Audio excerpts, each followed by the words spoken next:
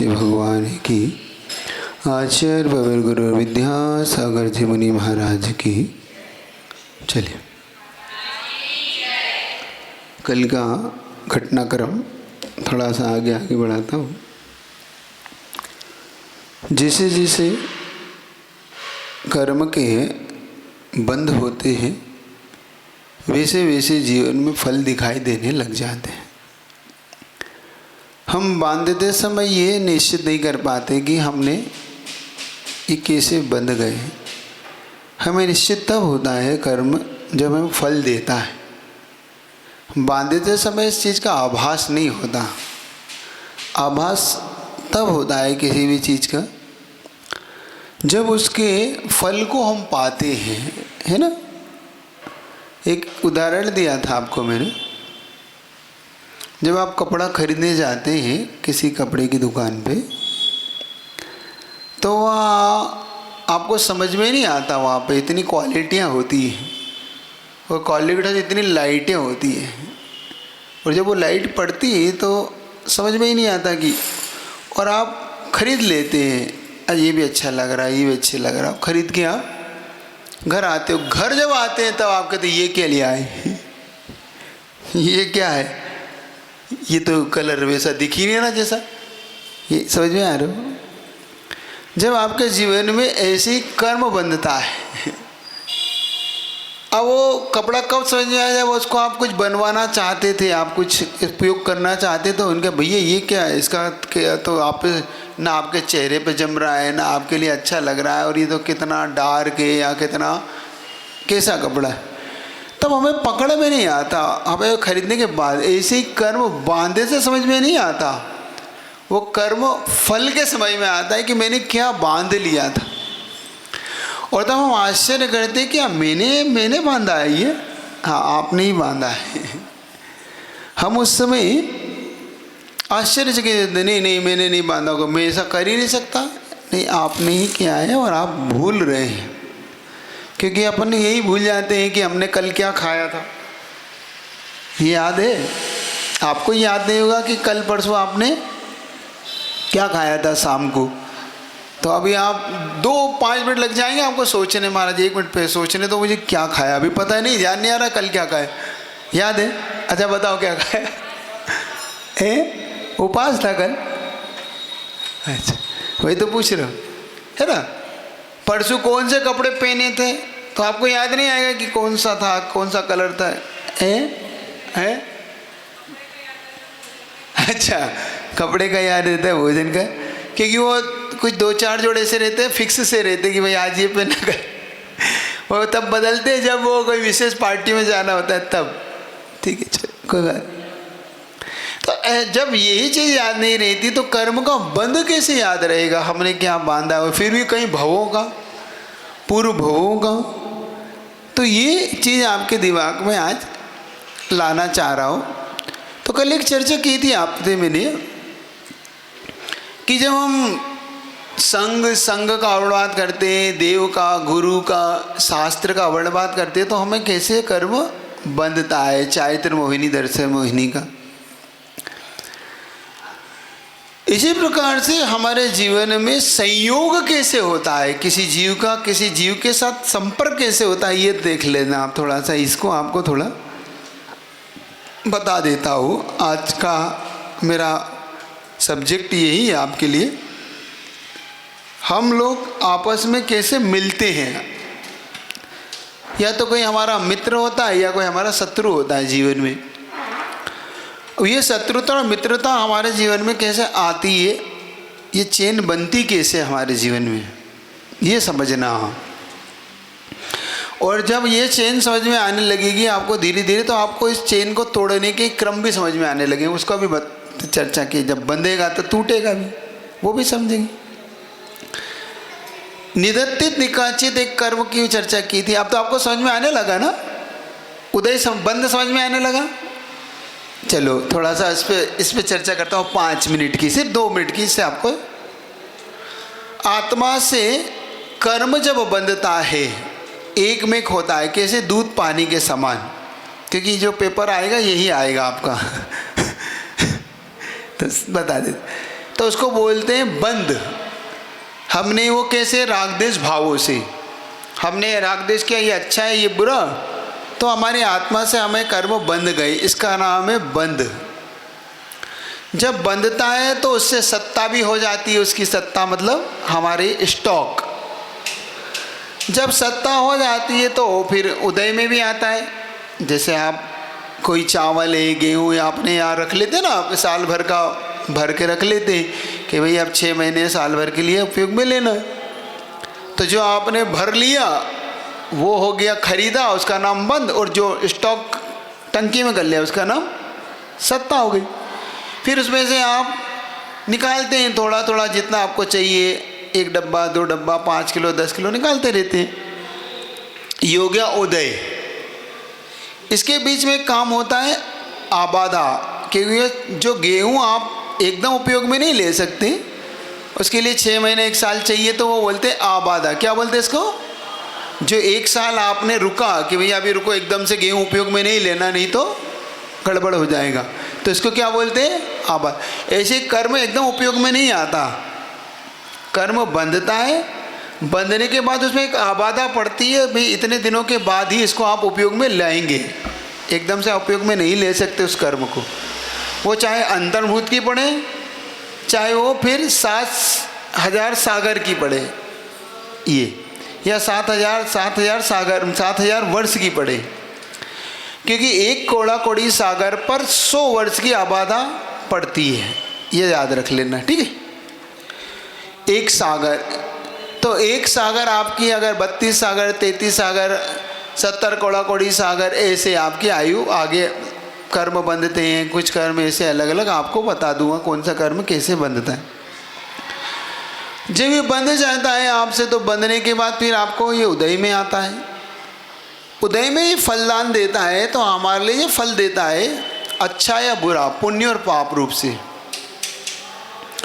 तो हमें जो अच्छा अच्छे होते हैं वो पुण्य रूप हो जाती है, जो पाप रूप होते हैं वो हमारे पाप रूप हो जाते हैं। तो कौन सा कर्म पुण्य कौन से पाप है, थोड़ा सा इसके भी आप दिमाग में रख लेना। एक हल्की सी बात है, आपको समझ जल्दी आ जाएगी। ज्ञानावर्णी, दर्शनावर्णी, मोहनी और अंतरा, ये पाप रूप ही हैं। 4 कर्म कैसे हैं? ये पाप रूप ही उदय में आते हैं, इनका कोई भी पुण्य रूप उदय नहीं आता, क्योंकि ये पाप प्रकृतियाँ ही हैं। ज्ञानावर्णी, दर्शनावर्णी, मोहनी और अंतरा, इनको घातिया कर्म भी बोलते हैं। अघातिया कर्म 2 प्रकार के होते हैं, पुण्य रूप और पाप रूप।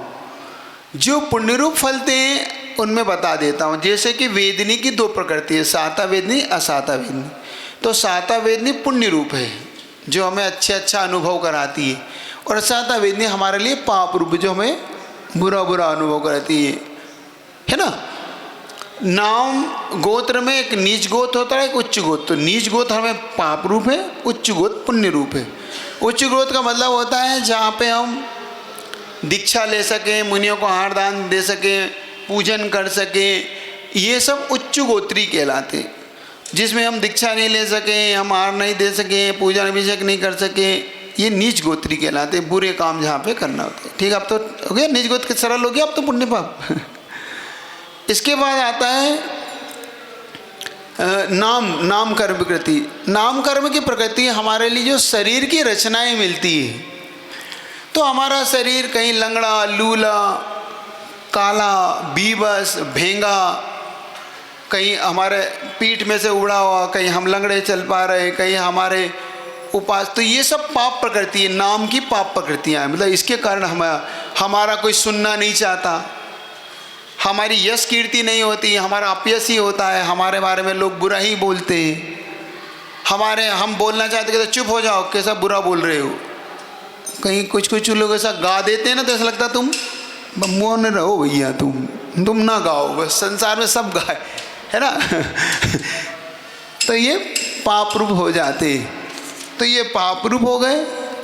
और कुछ अच्छे होते, कंठ कुछ भी मत हो, गाते तो भी कहते हाँ बढ़िया लग रहा है, सुंदर, काला कुलूट रूप है, लेकिन फिर भी उनके आकर्षण बहुत होता है उनका। बात उसकी नहीं है कि तुम गोरे हो कि काले हो, इस पर डिपेंड मत करना। डिपेंड करता है उसके फेस के आकर्षण से, है ना, होता है ना। किसी का बिल्कुल सांवला कलर होता है लेकिन इतना सुंदर फेस होता है उसका कि हर कोई इससे आकर्षित होता है, और कितना ही गोरा हो ऐसा लगता है वो पूरा उल्लू टाइप। हाँ, वो गोरा है तो किस काम का। तो इस पे नहीं, तो उसकी नाम प्रकृति है एक्चुअली में। हाथ सुंदर, पैर सुंदर, उसका मुख सुंदर, उसके वचन सुनना चाहते हैं, तो ये सब नाम कर्म की शुभ प्रकृतियाँ। और सबसे मुख्य शुभ प्रकृति है तीर्थंकर। तीर्थंकर प्रकृति एकदम शुभ प्रकृति है। ये नाम कर्म हो गया। ए माइक है, माइक दे दो, पूछते चले जाना है जिससे कि आपको बहुत क्लियर होती जाए थोड़ा सा। ऋषि, किसी के अंदर क्वालिटीज़ होती है तो वो भी नाम कर्म की उससे, उसकी क्वालिटी, किसी के अंदर बहुत अच्छी क्वालिटीज़ होती है, किसी के अंदर नहीं होती हाँ है। वो क्वालिटी डिपेंड करती है। जैसे कि किसी के अंदर बहुत अच्छा ज्ञान है, देखना आप ये समझना, अब क्वालिटी वाली बात बता देता हूँ। किसी का बहुत अच्छा ज्ञान है तो ये ज्ञानावर्णी कर्म का क्षयोपसम है, नाम कर्म नहीं है। ये किसका क्षयोपसम है? ज्ञानावर्णी कर्म का क्षयोपसम से उसे ज्ञान प्राप्त हुआ है। किसी की आंखें बहुत सुंदर है, मतलब देखता है दूर का पास का बहुत, ये दर्शनावर्णी कर्म का क्षयोपसम है। आंखें सुंदर मिलना ये नाम कर्म का उदय है। और देखना उसका, उसको दूर का दिखता है, क्लियर दिखता है, सूक्ष्म सूक्ष्म देख लेता है, ये क्या है? दर्शनावर्णी का क्षयोपसम है उसका। ऐसे वेदनी, उसे सुख की अनुभूति अच्छी होती है, हर चीज़ उसके प्रसन्नता लाती है। ये किसका है? ये वेदनी कर्म का, वहाँ बात हो, वेदनी कर्म का है, ये वेदनी कर्म का उदय है।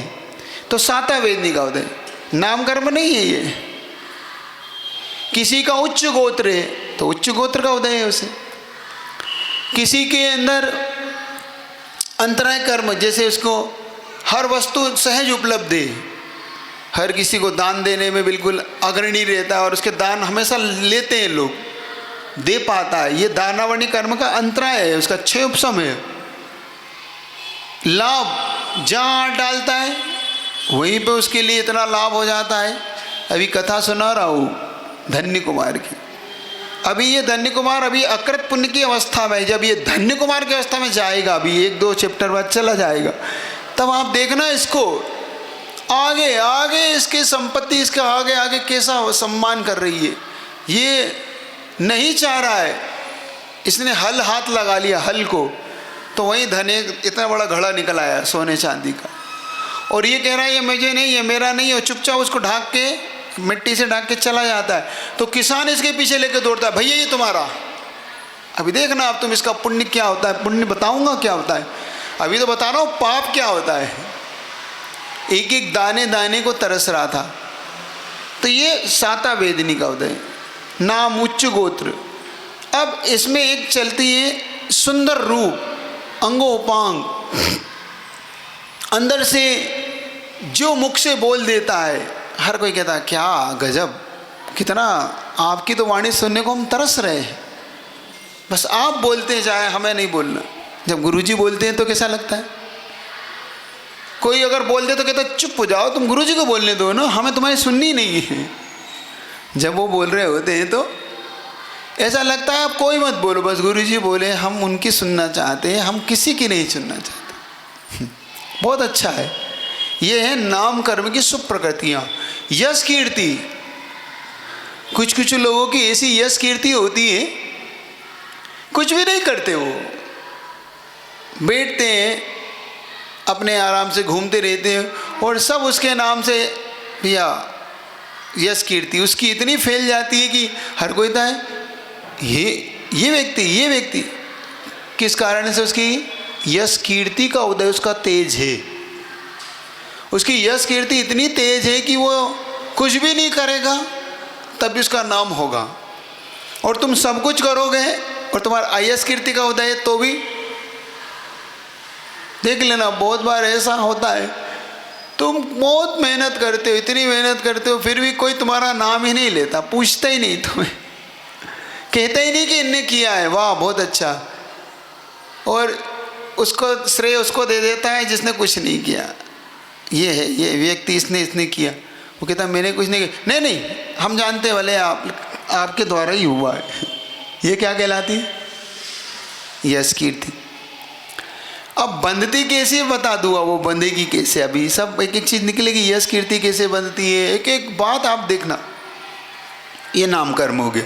इसी में तीर्थंकर प्रकृति है, 16 कारणों से वो तीर्थंकर प्रकृति का बंध हो जाता। फिर आती है उच्च गोत्र हो गया, नाम हो गया, आयु। आयु कर्म हमारा जो बंधता है, आज उसी प्रसंग को लेके आपके साथ चलता हूँ, घटना को आपके सामने रखता हूँ कि आयु कैसे बंधती है और जिस जीव की आयु बंधती है उससे हमारा संयोग कैसे हो जाता है। हमारा कोई लेन देन हो, ये बिगड़ संसार में ऐसा हो नहीं सकता कि तुम्हारे बिना कारण के कार्य होता हो। कभी कभी ऐसे संयोग हो जाते हैं जीवन में, हम समझ ही नहीं पाते ये हमारा इसका संयोग कैसे हो गया। कोई लेना नहीं, कोई देना नहीं, ये हमारे पल्ले क्यों पड़ गया। बुंदेलखंड में नहीं है कहावत, जिस बुढ़िया से न्यारे हुए वही गले पड़ी। जिस बुढ़िया के कारण न्यारे भय वह हिस्सा में आई। भाई घर में चेंचे पे मतलब हो रही थी तो भैया अलग अलग हो जाओ, और अलग जो हो रही थी, खटपट हो रही थी, वो उस बुढ़िया के कारण हो रही थी। वो बुढ़िया बार बार ये ऐसा करती है, और जब अलग हुए तो इनके भैया ये तुम्हारे हिस्से में। अब भैया लो, जिसके कारण हमने घर छोड़ा उन्हें कहते हैं ये भाई ये पिताजी मेरे हिस्से में, ये तुम्हारे हिस्से, माता जी ले जाओ अब करो। लो भाई, ऐसा ही हो जाता है कि आयु कर्म ऐसा बंधे जाता है कि भैया हम चाह रहे थे हमें ना बंधे और वही हमें बंध जाता है। चलिएगा बता देता हूँ आयु कर्म आपके साथ कैसे बनता है, उदाहरण दे देता हूँ। राजा श्रेणिक के जीवन को अपन देख रहे हैं, अपने सामने चारित्र राजा श्रेणिक का चल रहा है। कल हम एक मुनि महाराज की कथा को पूरा करके अपन पूर्ण हुआ। जब मुनि महाराज ने कहा श्रेणिक से कि हे श्रेणिक, मैंने इसी कारण से 3 गुप्ती मेरी गुप्ती नहीं थी, मेरा काय मेरी गुप्ती नहीं बनी, इसलिए मैंने तुम्हारे महल में आहार नहीं किया। श्रेणिक ने उन्हें नमोस्तु किया और बड़ा जब घर पहुंचा, घर पहुंच के उसकी एक पत्नी जिसका नाम चेलना था, चेलना को ये बहुत प्रिय थी, इसकी प्रिय पत्नी मतलब उसकी पटरानी जैसी थी, बहुत चाहता था। ये चेलना के साथ रहा, उस संयोग से चेलना को गर्भवती हुई। जब चेलना गर्भवती हुई तो ऐसा जीव चेलना के गर्भ में आया। उस चेलना को ये अनुभव तब हुआ जब उसका दोहला उठा। दोहला जानते हैं हम? दोहले का मतलब होता है जब बच्चा गर्भ में आता है तो कुछ भावनाएं उत्पन्न होती माँ के अंदर, ऐसी तीव्र भावनाएं होती हैं उनके अंदर कि मैं ऐसा करूं, मैं वैसा करूं। जैसे कभी आचार्य भगवान गुरुवर की माँ को हुआ था। जब आचार्य गुरुवर उनके गर्भ में आए आचार्य श्री, तो जो उनकी माँ का नाम श्रीमती था, उनकी माँ का नाम श्रीमती नहीं है, एक बात याद रखना, उनकी माँ का नाम क्या है? श्रीमती है, उसमें बिंदी है, तुम श्रीमती श्रीमती बोलते हो, श्रीमती उनका नाम था। तो श्रीमती माँ के जब माँ आचार्य विद्यासागर जी उनके गर्भ में आए तो कहते हैं कि उनको 2 स्वप्न आए थे। पहला सपना उनको आया था, एक चक्र घूमता हुआ पूर्व दिशा से चला आ रहा है और वो चक्र घूमते घूमते घूमते उस कमरे में प्रवेश किया और श्रीमती माँ के सामने रुक गया। और दूसरा सपनों ने आया कि 2 चारण विद्यार्थी मुनि महाराज चले आ रहे हैं और श्रीमती माँ ने उन्हें प्रदान किया और उन्हें आरदान दिया। ये 2 सपने। लेकिन जब गर्भ में आ गए तब उन्हें एक दोहला उठा। वो दोहला था, 1000 पंखड़ी के कमलों से मैं उन विद्याधर जो कि मुनि विद्यासागर भट्टारक विद्यासागर थे उनकी पूजा करूं। क्या दोहला आया उन्हें? जब विद्याधर माँ के गर्भ में थे तब श्रीमती माँ को एक दोहला उठा, दोहला मतलब इच्छा, कि मेरे, क्योंकि वहाँ से जो इनका सतलगा गांव से जहाँ अक्की वाट, जहाँ पर भट्टारक विद्यासागर जी की समाधि स्थल था, और भट्टारक विद्यासागर जी के समाधि स्थल से श्रीमती जी का बहुत लगाव था और श्री मल्लप्पा जी का बहुत लगाव था। और विशेष तौर श्रीमती माँ हमेशा कहती थी कि मुझे वहाँ ले चलो, मुझे वहाँ पूजा करने का, दर्शन करने की इच्छा होती, तो हमेशा वो टाला करते थे। चूँकि इनके जीवन में कुछ ऐसा घटना घटी थी, श्रीमती और संलक्ष्य जी के जीवन में एक दुर्योग हुआ था। दुर्योग ये था कि इनकी संतानें जन्म के बाद ज़्यादा टिक नहीं पाई। इनकी कुछ संतानें थी, पहली संतान हुई जो जन्म के 6 महीने बाद चली गई, फिर महावीर हुए, महावीर के बाद एक बहन और हुई, वो बहन भी महीने 2 महीने में वो भी चली गई, फिर बाद में विद्याधर हुए। तो जो 2 बालक चले गए, इनकी 2 पुत्र, मतलब इनकी संतानें चली गई, और महावीर जब हुए तो उन्हें बड़ा कष्ट हुआ था। महावीर के समय इतना भयंकर कष्ट हुआ था इनको जन्म के समय, वो कष्ट श्रीमती माँ कभी भूल नहीं पाती थी। इस कारण से उनके मन में ये भाव था कि मुझे भट्टारक जी की, मुझे बार बार उन्हें स्वप्न होते थे, बार बार उन्हें, तो वो जाती थी। और कहते हैं कि श्रीमती माँ ने मान लिया था कि ये विद्या, जो बालक आए, इन्हीं का ही मेरे आशीर्वाद है। और जब वो दोहला उठा तो उनको अंदर से भाव हुआ कि मैं 1000 कमलों की, पंखुड़ी वाले कमल से पूजा करूं। अब उन्होंने इस दोहले को मल्लप्पा जी को बताया कि मेरा मन होता है कि ये कहलाते शुभ दोहले, मतलब ये शुभ लक्षण वाले कहलाते हैं। एक अशुभ दोहले भी होते हैं, उसमें अशुभ भाव होने लगते हैं, और जब शुभ भाव होते हैं तो शुभ। तो मल्लप्पा जी को बताया तो मल्लप्पा जी भाई यहाँ कहाँ मिलेगा, तो कठिन है, कैसे पूर्ति होगी। लेकिन जब दोहला उठा हो और किसी पुण्यात्मा गर्भ में, तो उसकी पूर्ति होती है, होना ही थी वो, क्योंकि गर्भ में आया कौन था, गर्भ में तो विद्याधर थे, जो इस जिन शासन की कभी पताका को लेकर चलने वाले ऐसे महान जीव की उत्पत्ति, जो गुरुओं का भी गुरु बनेगा, जो आगे जाके महान तीर्थंकरों के भांति इस पृथ्वी पे विचरण करेगा, ऐसा महान गुरु जब गर्भ में आया हो तो वो दोहला तो पूरा हो नहीं। संयोग से मल्लप्पा जी उस बाजार में जब निकले तो एक पानी के अंदर कमल बेचने वाला कमल बेच रहा था। देखो संयोग की बात तो देखो कैसा है, यूं सहज नहीं मिलते हैं वो कमल वहाँ पर। उस दिन वो विशेष तौर से कि उन्होंने कहा अरे ये, वो गए थे सब्जी खरीदने, और सब्जी खरीदते समय उन्होंने देखा कि यार ये कमल भी बिक रहे हैं यहाँ तो उन्होंने कहा भाई ये कमल बेचोगे? हाँ बेचोगे। उन्होंने कहा कितने में, कितने में? दो भाई अपना दो। और जब कमल लेके माँ श्रीमती के पास पहुँची, ऐसा मानते कि अगर दोहला पूरा हो जाए तो उस दोहले के अंदर ऐसे भाव हो जाते हैं पूर्ति होने के बाद कि बच्चे अपने आप ही अंदर से पुष्ट होने लगता है। और अगर दोहला पूरा ना हो तो अंदर से वो महिला सूखने लगती है, अंदर अंदर उसका सुखाव होने लगता है, शरीर सूखने लगता है उसका, ये भी होता है।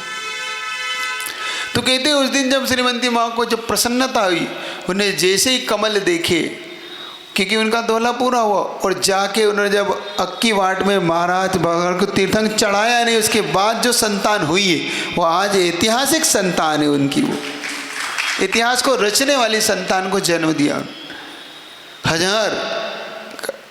तो ये एक अलग होता है। ऐसा ही दोहला चेलना के अंदर हुआ। जब चेलना के वो गर्भ में आया, गर्भ में आने के बाद अचानक चेलना के मन जब वो दोहला आया तो वो बता नहीं पा रही थी, क्योंकि वो दोहला अशुभ था, उनके अशुभ भाव उत्पन्न हो रहे थे श्रीमती को। तो श्रीमती बताना नहीं चाहती थी श्रेणिक को, जब उसने श्रेणिक को नहीं बताया तो शरीर सूखने लगा। शरीर उसका जब सूखने लगा तो श्रेणिक चिंतित हुए कि क्या बात है, क्या बात है, तुम कुछ चिंता में हो। पहले उसने टाला, नहीं नहीं मैं आपको कुछ नहीं बता सकती, क्या बताना, लेकिन मैं बहुत पापीन हूँ, मैं दुष्ट हूँ, ऐसा बोलती हूँ।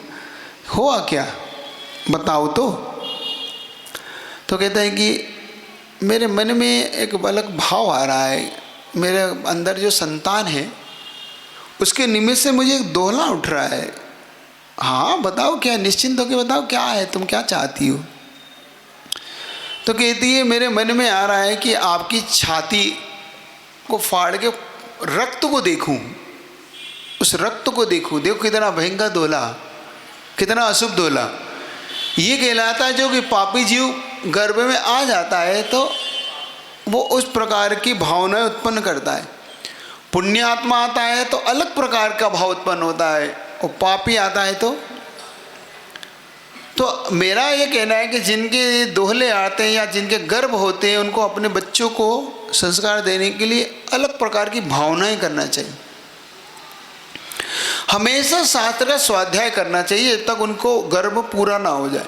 कोई ऐसा सुंदर सा शास्त्र निकालो, जैसे आचार्य जी की जीवनी पढ़ो, आचार्य शांति सागर जी की जीवनी पढ़ो, अच्छे श्रेणिक साहित्य पढ़ो, प्रदुमन साहित्य पढ़ो, पद्म पुराण पढ़ो, ऐसे कुछ ग्रंथों को पढ़ना चाहिए जिसको गर्भवती होती हैं जो महिलाएं, इससे अच्छे भाव उत्पन्न होते हैं। जब चेल्ला ने अपने उसके बारे में बताया तो उसने कहा कोई बात नहीं, चिंता क्यों करती है।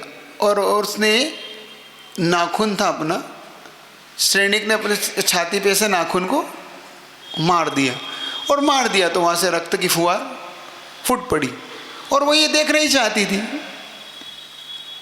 चेलना ये देख नहीं चाहती थी। और जैसे उसने ये देखा उसका दोला पूरा हो गया, और जैसे उसका दोला पूरा तो मन अब शांत हो गया उसका, और धीरे धीरे पुनः वो अपना शरीर उसका पुष्ट होने लगा। जब दोला पुष्ट होता है तो पूरा होता है तो मन शांत होने पर संयोग से एक पुत्र उत्पन्न हुआ,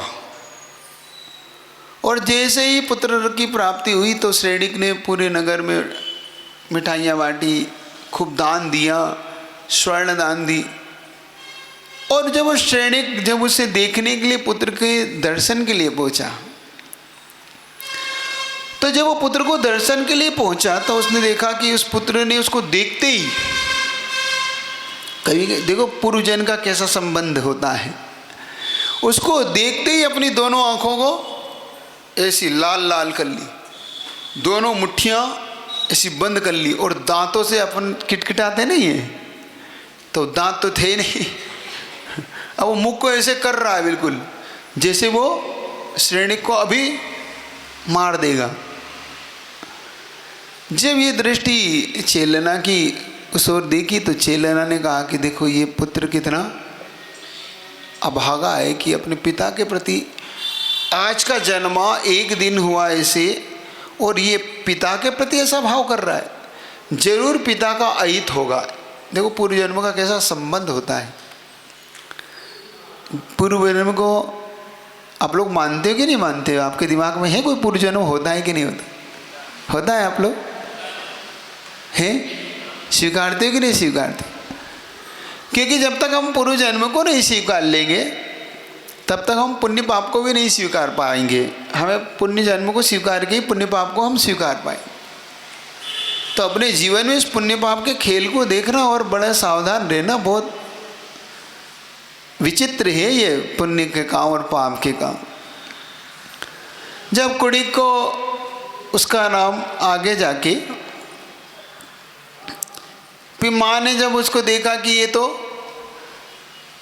भाई पिता के प्रति ऐसे भाव रखता, तो माँ ने उस जो नवजात शिशु था उसको सीधा शमशान भूमि में छुड़वा दिया जिंदे कोई, कि जो मेरा पति का दुश्मन है उसको मैं घर में रख के क्या करूँगी। इससे अच्छा ये जो इसके भाग्य में होना हो जाएगा, ये मर जाए जिए चला जाए यहाँ से। इतनी कठोर हो गई चेलना, क्योंकि माँ सहन नहीं कर सकती। देखो माँ के सामने जब पति हो और पुत्र हो तो पति को चुनती है वो, चुनना भी चाहिए। क्यों? वो इसलिए चुनती है कि पुत्र तो फिर हो जाएगा, पति फिर नहीं मिलेगा। पुत्र तो फिर उत्पन्न हो जाएगा, लेकिन पति फिर नहीं मिलेगा। तो उसने निर्णय लिया। लेकिन मोह का परिणाम इतना खतरनाक होता है, जैसे ही श्रेणिक को ये पता पड़ा, श्रेणिक ने कहा कि नहीं, सबसे पहले उस बच्चे को उठा के लाओ। देखो क्या, उस बच्चे को उठा के लाओ, मैं उस बच्चे का पालन हम करेंगे। और संयोग से उस बच्चे को उठवा लिया उसने। और जिसका पुण्य तेज होता है वो शमशान में भी नहीं मरता। क्या कह रहा हूँ? उस बच्चे का पुण्य इतना तेज था कि छोड़ के आ गए, नहीं तो नवजात शिशु को कुत्ता ले जाता, चील कौवे खा जाते, कोई और कुछ हो जाता, लेकिन नहीं, वो वहीं मिला उन्हें। क्योंकि पुण्य की प्रकृति उसकी भी तेज थी। वो क्यों थी बता रहा हूँ आपको मैं, उसका पुण्य क्या था उसके। बच्चे को ले आए, उसका पूर्व जन्म का कुछ बेर था। किसके साथ? श्रेणिक के साथ। वो बेर कैसे बंधा ये देख लेना। अपने जीवन में करते समय थोड़ा सावधान रहिएगा। आपके जीवन में ये आपका ऐसा ना हो कि अचानक वो बेर बंध जाए, आपकी क्रिया किसी के लिए बेर का कारण बन जाए, किसी के लिए शत्रु और अजन्म शत्रु ना बन जाए आपका। वो हुआ यूँ था, ये क्यों बेर था इसका, इस जीव का? ये पूर्व भव में मुनि महाराज था। क्या था ये? पूर्व जन्म में मुनि महाराज थे। हुआ यूँ था, ये 1 महीने का उपवास रखते थे। जब मुनि बनने के बाद इन्होंने साधना की, और साधना करने के बाद इन्होंने 1-1 महीने के उपवास रखा करते थे। और 1 महीने का उपवास रखने के बाद पालना के लिए आते थे। किसी ने श्रेणिक को बताया कि आपके राज्य में ऐसे मुनि महाराज भी हैं जो मासों उपवास करते हैं। तो मासों उपवास करते, तो उन्होंने कहा कि कोई बात नहीं, इनका पालना हम कराएंगे। क्या कराएंगे? कभी कभी गलती आप लोग ये कर जाते हैं कि आप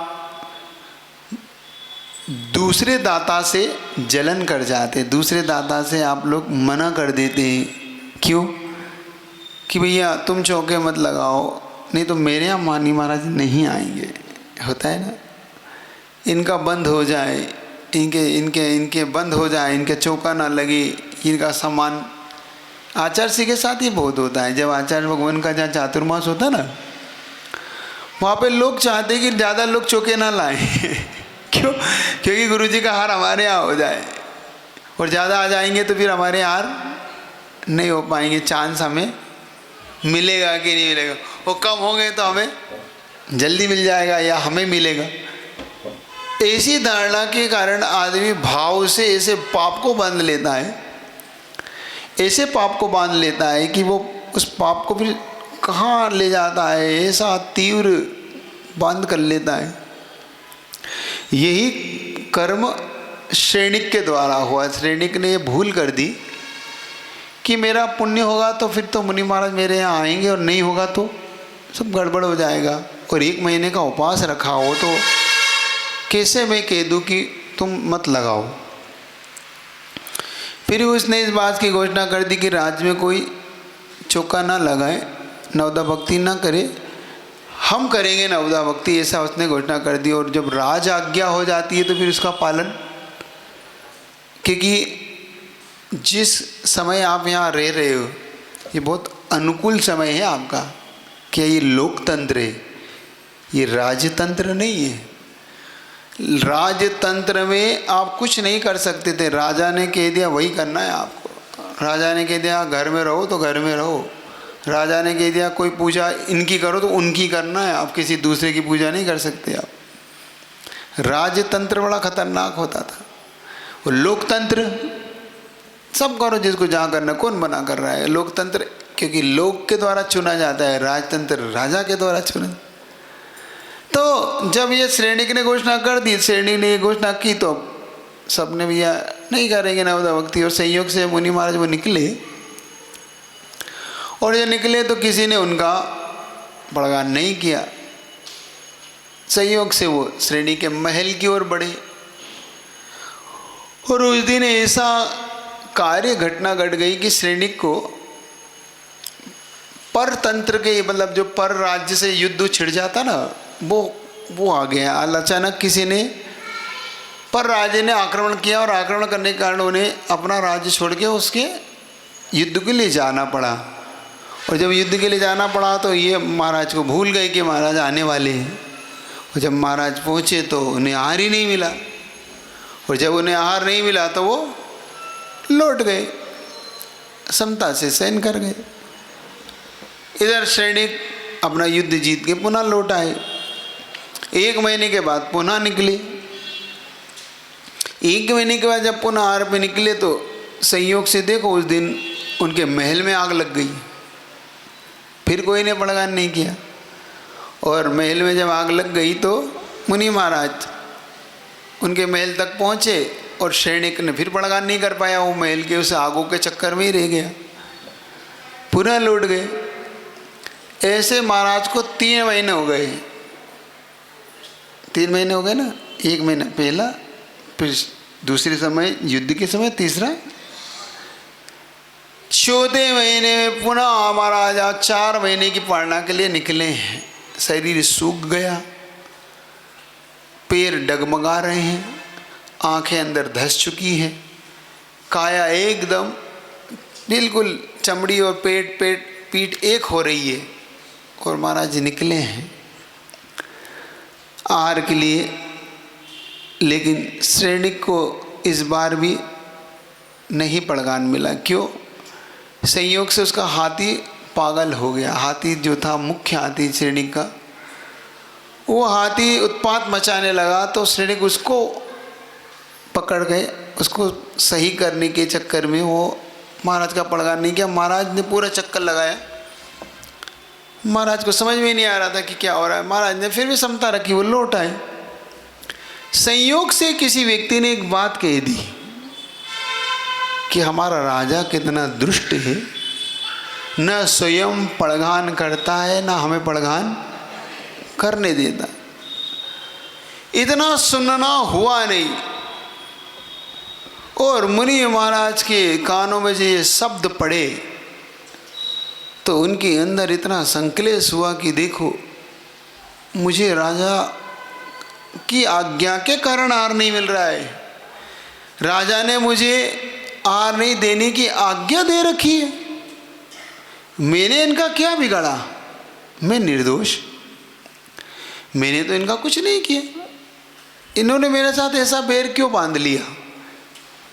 इतना कहते ही बस उनके मन में निदान आ गया। निदान जानते? निदान मतलब मेरे पूर्व भव में से ऐसा बनूं, ऐसा करूं। और उन्होंने निदान बांधा कि मैं इससे बदला लूं।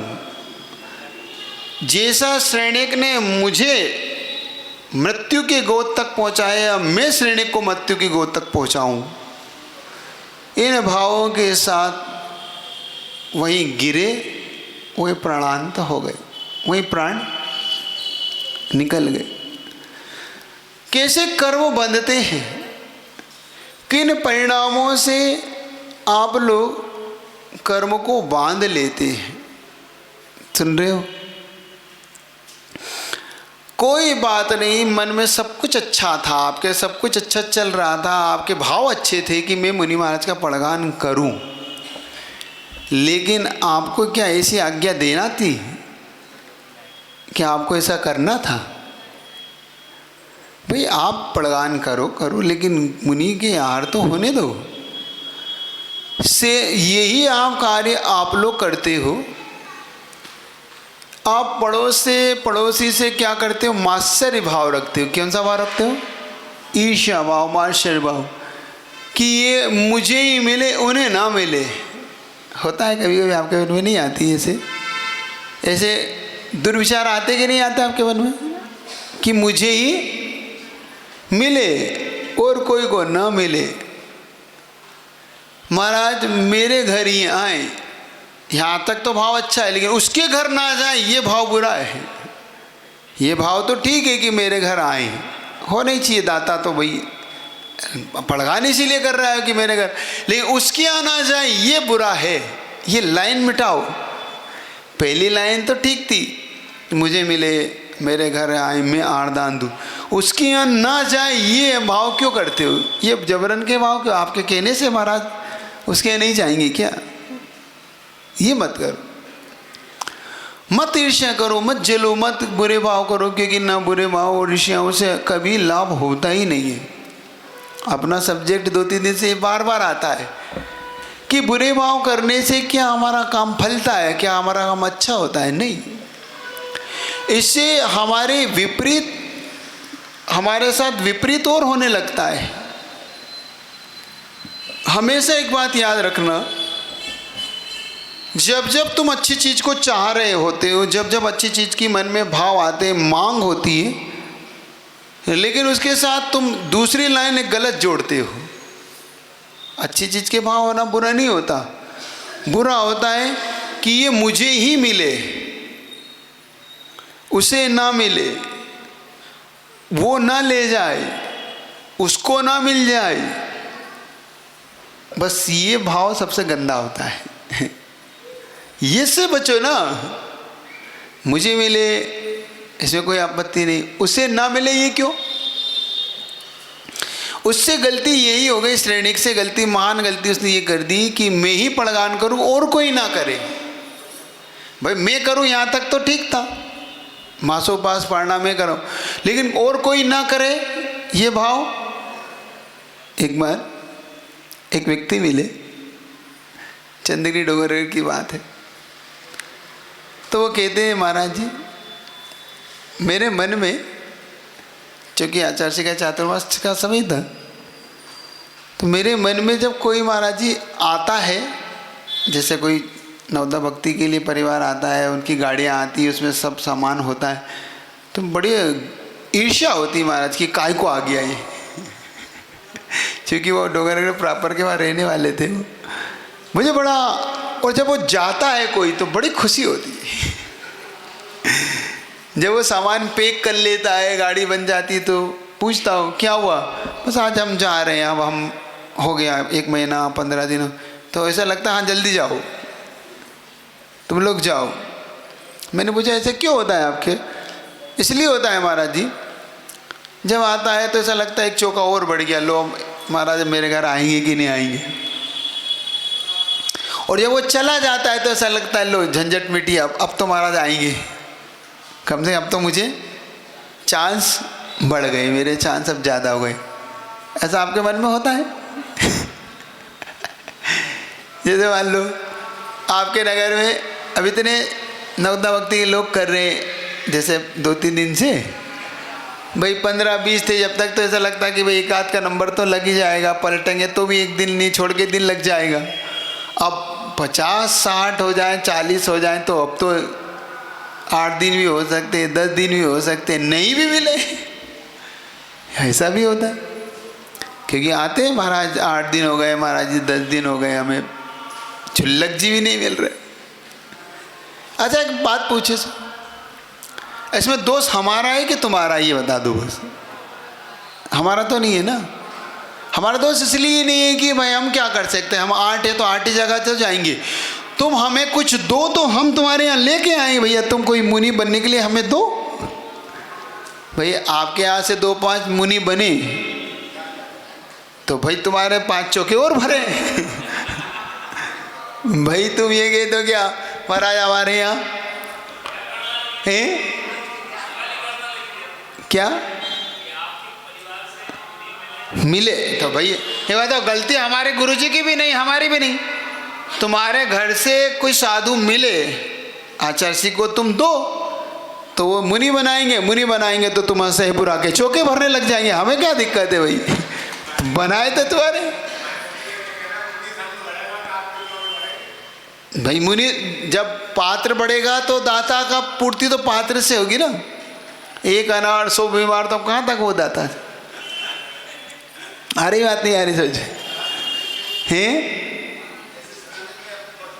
वो माइक से बात करो तो आपको माइक दो दूर से। चलिए तो हाँ, क्या पूछा? नमस्ते महाराज। जैसे श्रैणिक ने अपने वहाँ श्रावकों को वचनों से बांध दिया और हम लोग यह पड़गाहन करते हैं और एक दूसरे के आगे खड़े हो जाते हैं, तो इसमें भी तो बंध बंधेगा। हाँ, आप उल्लंघन कर रहे हैं अगर एक दूसरे का, तो उल्लंघन करके आप खुद अपने पुण्य को कमजोर बना रहे। जो आपकी व्यवस्था है उस व्यवस्था से पड़गान करो कि भाई यहाँ ये खड़े होंगे, यहाँ आप खड़े हो जाओ लाइन से, क्या बात है, अपने एक वो बना लो कि भैया यहाँ ये हो जाए, इस क्रम से खड़े हो जाओ, है ना। अब वो आया, उसके पहले वो खड़ा हो गया, उसके पहले वो खड़ा हो गया, तो ये मत करो, क्योंकि तुम सामने वाले को ये करके कि मैं पहले खड़ा हुआ तो मैं दिखूंगा, तो सामने वाला नहीं दिखेगा, इससे लाभ नहीं होगा, क्योंकि ये तो तय है। एक गुरुजी बोलते हैं, आप लोग बोलते हैं ना कहावत, दाने दाने पे लिखा है। गुरुजी कहते हैं ये ठीक नहीं है कहावत। गुरुजी कहते हैं दाने दाने पे लिखा है दाता का नाम। सुन रहे हो? दाने दाने पे लिखा खाने वाले का नाम नहीं, दाने दाने पे लिखा है दाता का नाम। जिस दाता के आहार देना है उसके भाग का होगा वही देगा, कोई दे नहीं सकता दूसरा। दाता का पुण्य से ही। अब बता देता हूँ एक संस्मरण गुरु जी का, सुनिए कैसे दाता का भाग्य और कैसे दाता का पुण्य जगता है। और मैं मानता हूँ कि गुरु जी के जीवन की ये पहली घटना और अंतिम भी हो सकती है, इसके बाद का मुझे पता नहीं, लेकिन वो घटना ही ऐसी है, खजुराहो की घटना। सुनिए, कोई इसको भाव भी नहीं कर सकता कि ऐसी घटना भी घट सकती है गुरुजी के, और गुरुजी के सपने में तो आ ही नहीं सकती है ऐसा भी। गुरुजी ऐसा भी कर सकते, वही गुरुजी। लेकिन दाता का पुण्य कैसे खींचता है, दाता का पुण्य कैसा खींचता है, देखना। सपने में भी नहीं कोई सोचता कि गुरुजी ऐसा भी आश्चर्यचकित काम करेंगे, गुरुजी करेंगे। सुनिए, गुरुजी की नवदा भक्ति का समय हो रहा था, 9 साढ़े 9 बज रहे थे। खजुराहो में सारे श्रावक अपने अपने खड़े हुए थे, और जब आप खड़े हो जाते हो तो आप एक सबसे बड़ी गलती हो, सब मिक्स हो जाते हो, एक मेक हो जाते हो, पता ही नहीं पड़ता कौन किसका है कौन किसका। कई बार तो मेरे साथ ही हो जाता है, मैं किसी के पास खड़ा होता हूँ, परिक्रमा दूसरा लगा रहा होता है, मैं क्या ये क्या हो रहा है भाई, मैं तो इसको, तो वो कन्फ्यूज है कि भाई महाराज जी किसके पास आए। कोई बात। जब वो गुरुदेव निकले आरचर्या के लिए, जैसे ही निकले तो वो आपस में श्रावक एक मेक हो गए, वो 2 चौके वाले मिल गए आपस में, और मिले तो गुरुजी खड़े हो गए। अब गुरुजी तो जिस दाता के सामने खड़ा होता है उस दाता के सामने खड़े, परिक्रमा लगा ली दोनों ने। तो तुम होशियार तो थोड़े समझदार तो तेज होते ही हो, तो जिस दाता ने जल्दी से परिक्रमा लगा के मन शुद्धि वचन शुद्धि काया शुद्धि बोलना शुरू कर दी, उसने भाई गुरुजी अपने साथ लेके चलो, और जैसे उसने बोला और आगे बढ़ गया, गुरुजी उसके पीछे हो लिया। तो पीछे वाले दाता ने कहा भाई कहीं अंतराय ना हो जाए, कहीं अंतराय कि अलाप, क्योंकि गुरुजी का 1-2 बार ऐसे हो चुके हैं कि गुरुजी के अलाप हो गए, जब दाता आपस में झगड़ पड़े, नहीं आचार्य जी इधर चलिए इधर चलिए, तो दाता के दिमाग में था कि कहीं ऐसा ना हो कि गुरुजी का अलाप हो जाए। तो गुरु उसने कुछ नहीं कहा कि भाई गुरुजी को ले जान दो, गुरुजी का आहार अच्छे हो जाए। देखो संतोष भाव क्या होता है, संतोष भाव का परिणाम क्या होता है ये देखना तुम इस बात से कि तुम्हारे अंदर जो आकुलता है व्याकुलता, तुम होते तो लड़ पड़ते, कैसे ले जाएगा गुरुजी मेरे यहाँ आए, मैंने पड़गान किया, मैंने परिक्रमा दी, मेरे यहाँ आए। उसने कहा कोई बात, बस निरंतर आय हो जाए, कोई बात नहीं, मैं फिर कभी पड़गा लूँगा, मेरे भाग्य में होगा। तो इतना संतोष भाव करके वो चुपचाप खड़ा हो गया। गुरुजी चौके में पहुँचे, चौकी में बैठ गए, और गुरु उसने जैसे ही कहा कि पाद प्रक्षालन, तो गुरुजी ने उसका चेहरा देखा,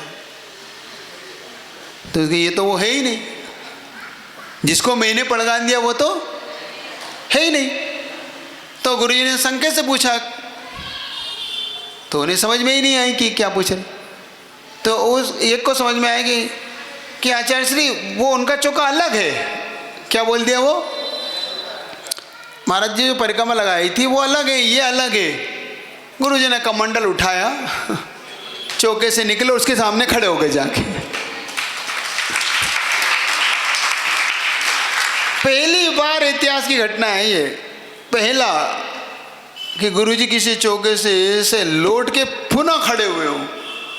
और वो दाता देखो संतोष का फल, उसके अंदर जो संतोष भाव, उसके अंदर भाव, और सीधा दाता ने बड़ी खुशी खुशी परिक्रमा लगाई गुरुजी को लेके।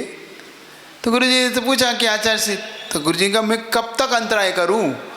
ये दाता आपस में गड़बड़ करते हैं।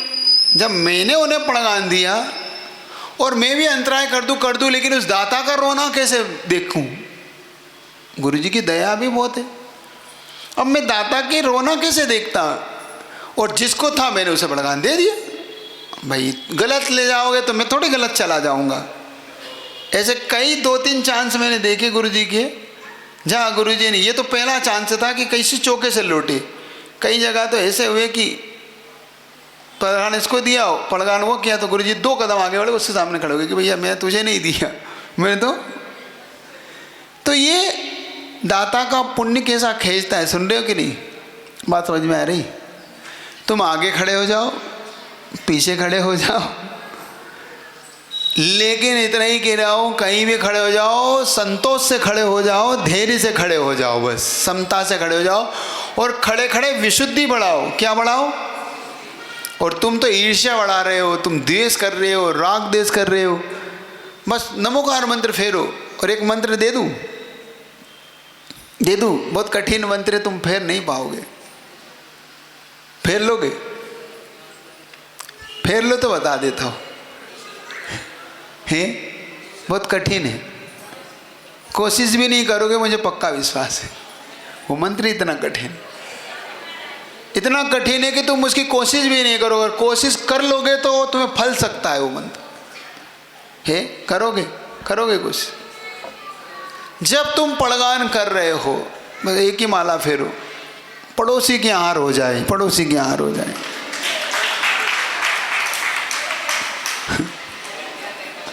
हे भगवान, पड़ोसी की हार हो जाए।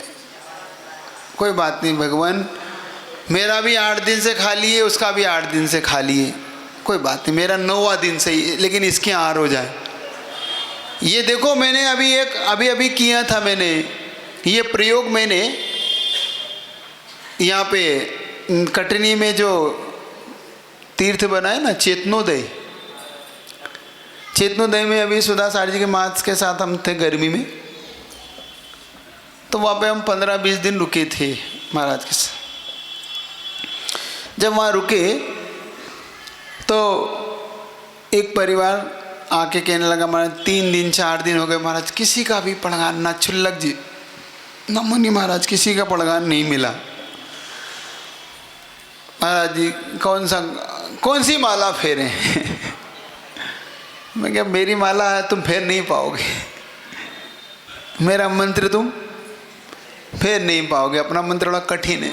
नहीं बता दो महाराज जी, फेरेंगे। मैं फेरोगे पक्का? तो मैंने क्या, बस तुम ये माला फेरना, पड़ोसी का भी खाली जा रहा है क्या? हाँ महाराज जी खाली, तो ये फेरना कि पड़ोसी की हार हो जाए।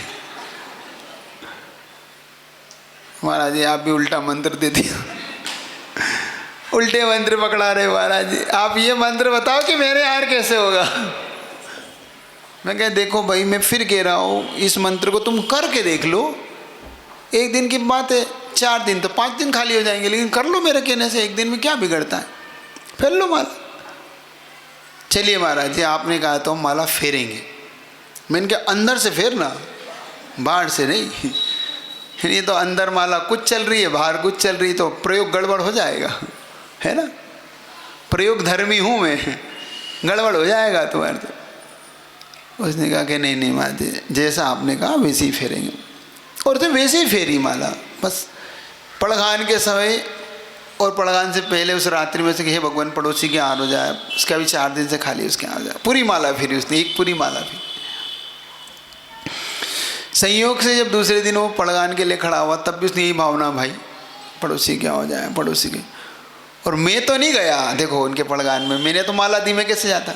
लेकिन दूसरे महाराज उसके यहाँ चले गए, उसके यहाँ पड़गान हो गया उसका।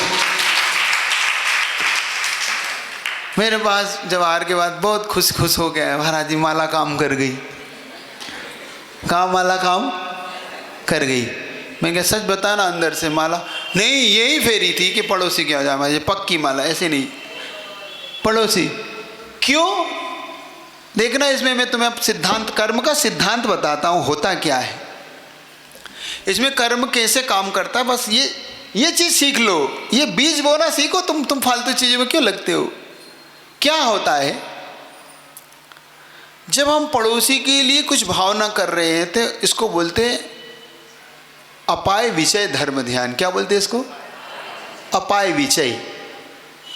अपाय विषय का मतलब होता है मेरा दुख और सामने वाले जब दो दुखी हों तो भाई अपने दुख के लिए आर्तरोध ध्यान है। जब अपने दुख के लिए हम दुखी होते हैं तो आर्त ध्यान है ये, पीड़ा चिंतन नाम का। और जब हम दूसरे के लिए दुखी होते हैं तो ये अपाय विषय धर्म ध्यान है। देखो रोना तो तुम्हें है ही, नेचर तो तुम्हारा रोने का है, वो मिटना ही नहीं है तुम चाहे तो। अपने लिए रोगे तो आर्त ध्यान और दूसरे के लिए रोगे तो धर्म ध्यान है, ये याद रखना। दूसरे के लिए रोना और अपने लिए रोना। तो पुण्य आर्त ध्यान से बढ़ता है कि धर्म ध्यान से बढ़ता है? पुण्य जब भी बढ़ेगा धर्म ध्यान से बढ़ेगा, आर्त रोध ध्यान से कभी पुण्य नहीं बढ़ता। तो जैसे ही तुम ये पीड़ा भावना करते हो कि पड़ोसी के यहाँ अच्छा हो जाए, पड़ोसी का दुख दूर हो जाए, तो ये अपाय विषय नाम का धर्म ध्यान होता है। और जब अपाय विषय धर्म ध्यान करोगे तो तुम्हारा पुण्य बढ़ना ही बढ़ना है। उदाहरण बता देता हूँ, कुछ गुरुदेव ने उदाहरण दिया। मान लो तुम किसी की वैयावत्ती करते हो, कोई साधु की वैयावत्ती करता है, कोई श्रावक है, आप आरिकाओं की करते, तो उनको कष्ट है, मान लो उनके पैर में छाले हैं, उनके पैर में दिक्कत है, दर्द है, तो मान लो आपने घी लिया उनके पैर में लगाने के लिए, उनके कष्ट को दूर करने के लिए तो लिया था आपने घी, है ना। लेकिन सच सच बता दो, उनको पहले लगता है कि तुम्हें पहले लगता है? घी तुम्हें पहले लगता है कि उनको?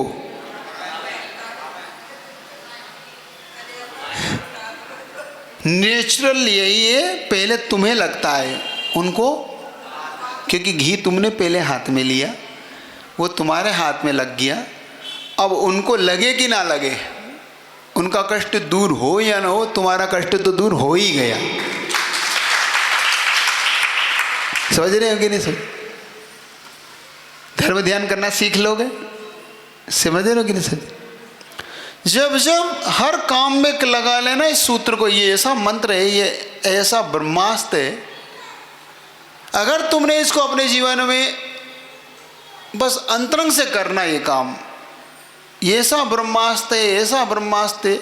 मैं तो अपने जीवन में जब कभी कंफ्यूज हो जाता था कि भाई इस साल पास होऊंगा कि फेल जैसे स्कूल जाते थे ना, कॉलेज गए, स्कूल गए, तो अब कभी कभी पेपर बिगड़ गए।